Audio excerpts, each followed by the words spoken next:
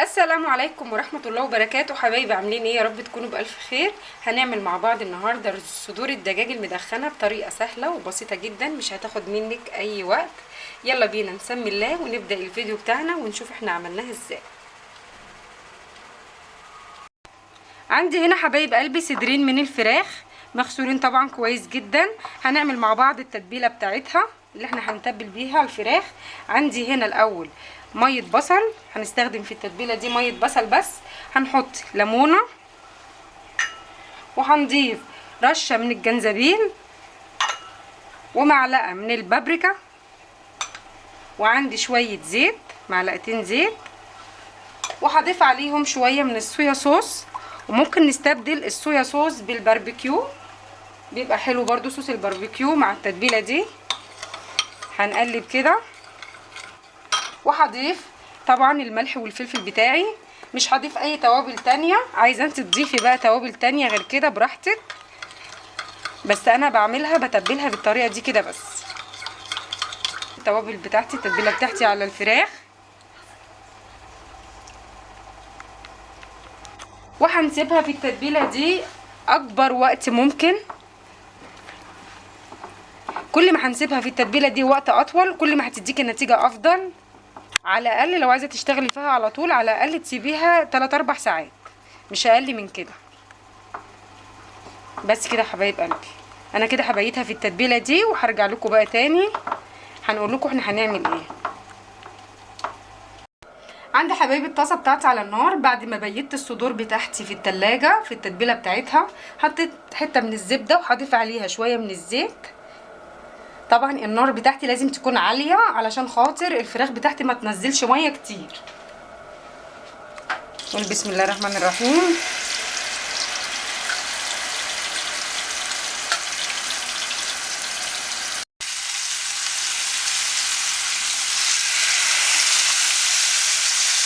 طبعا لما تاخد اللون الذهبي معانا، اللون اللي انا عايزاه، هقلبها كل شويه على الناحيه تانية عشان تاخد اللون اللي انا عايزاه بالظبط.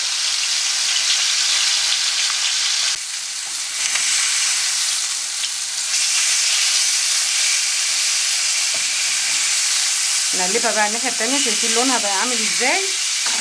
ما شاء الله جميله جدا. هنسيبها برضو على الناحيه التانية تاخد نفس اللون ده، وهنقلبها برضو من الجوانب، لازم كلها تاخد نفس اللون. طبعا احنا هنسوي كل حاجه على النار، مش هدخل حاجه خالص الفرن. شايفين يا حبايبي بعد الفراخ بتاعتي ما اخدت اللون اللي انا عايزاه وحمرتها من كل ناحيه، هنبتدي بقى نحط عليها بقيه الصوص بتاعنا اللي كان في التتبيله بتاعتها تكمل بيها تسويه. وهوطي عليها النار وهغطي عليها، وكل ربع ساعه اشوفها اقلبها على الناحيه التانية لحد ما تستوي معايا خالص. وهي على النار كده بعد ما قلبتها انا كشفت الغطا وقلبتها على الناحيه التانية، ممكن نضيف لها بقى ايه كده شويه زعتر، هيدينا طبعا ريحه وطعم جميل جدا للفراخ.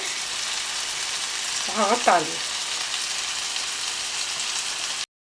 بعد الفراخ بتاعتي خلاص ما استوت، انا عندي هنا ورقه فويل هحط عليها حته فحمه صغيره، وهنزل عليها بشويه نقطه زيت،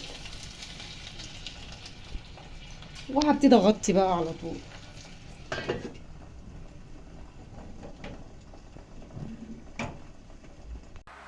كده حبايبي الفراخ بتاعتي خلاص استوت تماما.